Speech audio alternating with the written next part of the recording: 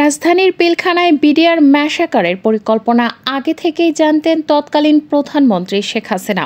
এই হত্যাকাণ্ড সংঘটিত হয়েছিল ভারতীয় গোয়েন্দা সংস্থা রয়ের তত্ত্বাবধানে। হত্যাকাণ্ডের জন্য ভারতের প্রশিক্ষিত একটি কিলার গ্রুপকে ঢাকায় আনা হয়। এরা ভাড়া করা বিপথগামী বিডিআর সদস্যদের সঙ্গে মিলে ৫৭ সেনা কর্মকর্তা সহ ৭৪ জনকে নির্মমভাবে হত্যা করেছে। হত্যার ষড়যন্ত্রের সঙ্গে মেজর জেনারেল অব তারেক সিদ্দিক, আওয়ামী লীগ নেতা শেখ সেলিম, শেখ ফজলে নূর তাপস, জাহাঙ্গীর কবির নানক, মির্জা আজম এবং সেনাবাহিনী ও পুলিশের কিছু কর্মকর্তা জড়িত ছিলেন। রাজধানী পিলখানার সদর দপ্তরে ২০০৯ সালের ২৫ ও ২৬ ফেব্রুয়ারি ঘটেছিল দেশের ইতিহাসের নৃশংসতম এই বিডিআর হত্যাকাণ্ড। আমার দেশ অনুসন্ধানে এ সম্পর্কে বেরিয়ে এসেছে এসব তথ্য। অনুসন্ধানে জানা যায়, ভারতীয় কিলার গ্রুপের একটি অংশকে খেলোয়াড় বেশে বিডিআরের একটি পিকআপে করে এবং আরেকটি অংশকে রোগী সাজিয়ে নম্বরবিহীন অ্যাম্বুলেন্সে করে পিলখানায় ঢোকানো হয়।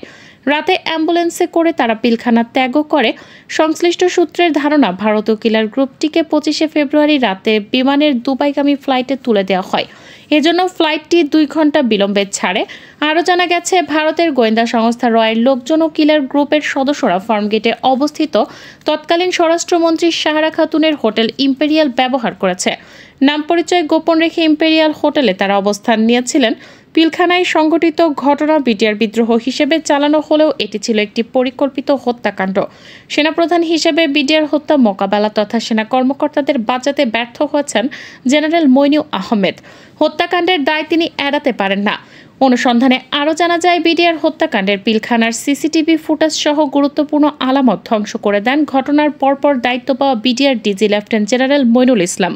বিডিআর হত্যাকাণ্ডে সেনাবাহিনীর তদন্ত কমিটি ও জাতীয় তদন্ত কমিটির তদন্ত অসম্পূর্ণ রাখা হয়। ওই তদন্ত কমিটিতে আওয়ামী লীগ নেতাদের সংশ্লিষ্টতার নাম এলেও শেখ হাসিনা তাদের রিপোর্টে অন্তর্ভুক্ত করতে দেননি এবং কমিটিতে এদের জিজ্ঞাসাবাদও করতে দেয়া হয়নি। সংশ্লিষ্ট সূত্র নিশ্চিত করেছে যে বিডিআর হত্যাকাণ্ড ভারতীয় পরিকল্পনায় হয়েছে। শেখ হাসিনা যাতে ক্ষমতায় চিরস্থায়ী হতে পারেন সেটা পাকাপোক্ত করার জন্য তার সঙ্গে বোঝাপড়া করেই পরিকল্পনা করা হয়। ভারত দেখেছে, তারা বাংলাদেশের স্বার্থের বিরুদ্ধে যখনই কোনো পদক্ষেপ নিয়েছে তখন বাধা হয়ে দাঁড়িয়েছে বাংলাদেশের সেনাবাহিনী। সেনাবাহিনীর জন্য তারা অনেক কিছুই করতে পারেননি। বিডিআরের সেনাবাহিনীর অফিসাররা কমান্ডে থাকায় সেখানে ভারতীয় বিএসএফের ভূমিকা ম্লান ছিল। তাই তাদের সুদূর প্রসারী পরিকল্পনা ছিল তারা শেখ হাসিনাকে ক্ষমতায় এনে এমন শক্তিশালী করবে যাতে সবকিছু তার হাতের মুঠোয় থাকে। সেনাবাহিনী যাতে দুর্বল হয়ে যায়, বিডিআর নামে যাতে শক্তিশালী বাহিনী না থাকে, এ লক্ষ্যেই বিডিআর হত্যাকাণ্ড ঘটানো হয়। এর আগে নীল নকশা অনুযায়ী বিডিআর সদস্যদের হাত করা হয়। তারা যাতে সেনা অফিসারদের বিরুদ্ধে বিদ্রোহ করে সেজন্য তথাকথিত ডালভাত কর্মসূচি ও দুর্নীতির বিষয় এনে প্রেক্ষাপট তৈরি করা হয়। চৌকস সেনা অফিসারদের হত্যার জন্য বিডিআরে বদলি করে এনে এক জায়গায় তাদের জড়ো করা হয়। এরপর তাদের হত্যা করা হয়। পদোয়া এবং রৌমারীর যুদ্ধে বিএসএফ হত্যার পর থেকেই বিডিআর ধ্বংসে নিয়োজিত হয় ভারতীয় গোয়েন্দা সংস্থা র। রৌমারীর ঘটনার নেতৃত্ব দেন রংপুরের তৎকালীন সেক্টর কমান্ডার, পরবর্তী সময়ে BDR DG major general Shakil Ahmed. এরই ফল ২০০৯ সালের ২৫ ও ২৬ ফেব্রুয়ারি তাকে সহ ৫৭ সেনা কর্মকর্তা হত্যা। সাহারা খাতুনের হোটেলে কিলার গ্রুপ। সূত্রে জানা গেছে, ফার্মগেটে অবস্থিত সাহারা খাতুনের হোটেল ইম্পেরিয়ালে এনে তোলা হয় ভারতীয় প্রশিক্ষিত একটি সন্ত্রাসী খুনি চক্রকে। ওই হোটেলের রয়ের লোকজনও অবস্থান নেয়। ঘটনার দিন সকালে বিডিআর দরবার হলের সামনে একটি পিকআপ আসে খেলোয়াড়দের নিয়ে। বিডিআরের পিকআপে খেলোয়াড় বেশে ছিল কিলার বাহিনীর অনেক সদস্য। নম্বরবিহীন অ্যাম্বুলেন্সে করেও আরেকটি গ্রুপকে পিলখানায় ঢোকানো হয়। এরা আগে থেকে ভাড়া করা বিপদগামী বিডিআরদের সঙ্গে মিলে হত্যাকাণ্ড চালায়। বিডিআর মহাপরিচালক মেজর জেনারেল শাকিলের মৃত্যু এরা নিশ্চিত করে। দরবার হলের দক্ষিণ গেটে বিপদগামীদের সঙ্গে কিলার গ্রুপটি ছিল এবং এরা সকাল 10টা সাড়ে 10টার মধ্যেই ডিজি, ডিডিজি সহ 15 থেকে 18 জনকে হত্যা করে। 25 ফেব্রুয়ারি রাতে পিলখানার বিদ্যুৎ সংযোগ বিচ্ছিন্ন করে আরেক দফা হত্যাকাণ্ড চালানো হয়। বাইরের কিলার গ্রুপটি রাতে 4টি নম্বরবিহীন অ্যাম্বুলেন্সে করে পিলখানা ত্যাগ করে। ধারণা করা হয় বিমানের দুবাই ফ্লাইটে এদের তুলে দেওয়া হচ্ছে। ভারতীয় চ্যানেল কিভাবে বিডিআর ডিজি হত্যার খবর আগেই দিল? বিডিআর ঘটনায় হতাহতের খবর তখনও জানাজানি হয়নি। এ অবস্থায় দুপুরেই ভারতের এনডিটিভি সহ দুটি চ্যানেলে খবর প্রচার করে যে বাংলাদেশে বিডিআর দপ্তরে বিদ্রোহী বিডিআর প্রধান মেজর জেনারেল শাকিল এবং সেক্টর কমান্ডার কর্নেল মুজিবকে হত্যা করা হয়েছে। এ খবর সঙ্গে সঙ্গে ভারতীয় চ্যানেল কিভাবে প্রচার করে তা রহস্যজনক। এ খবর যখন প্রচারিত হয় তখন প্রধানমন্ত্রী যমুনায় নিয়ে যান ডিএটি তৌহিদের নেতৃত্বে 14 জন কিলারকে। এদেরকে শেরাটন হোটেল থেকে খাবার এনে খাওয়ানো হয়। ঠিক এ সময়ে একদিকে ভারতীয় চ্যানেল বিডিআর ডিজির হত্যার খবর দেয়, অন্যদিকে পিলখানার ড্রেন দিয়ে বেরিয়ে আসে কর্নেল মুজিব ও কর্নেল এনায়েতের লাশ। ওই দিনই কিলার গ্রুপের একটি অংশ ভাড়া করা বিডিআর সদস্যদের নিয়ে জেনারেল শাকিলের বাংলোতে গিয়ে তার স্ত্রী ও অন্যদের নির্মমভাবে হত্যা করে। ওই সময় বাংলাতে অতিথি হিসেবে এসেছিলেন কর্নেল দেলোয়ার তার স্ত্রীকে নিয়ে। তারাও হত্যার শিকার হন। বাসার কাজের মেয়েকেও হত্যা করা হয়। জেনারেল শাকিলের স্ত্রীকে সবশেষে হত্যা করা হয় রান্নাঘরে নির্যাতন করে নির্মমভাবে। সেনা ও র্যাবকে ঢুকতে দেওয়া হয়নি।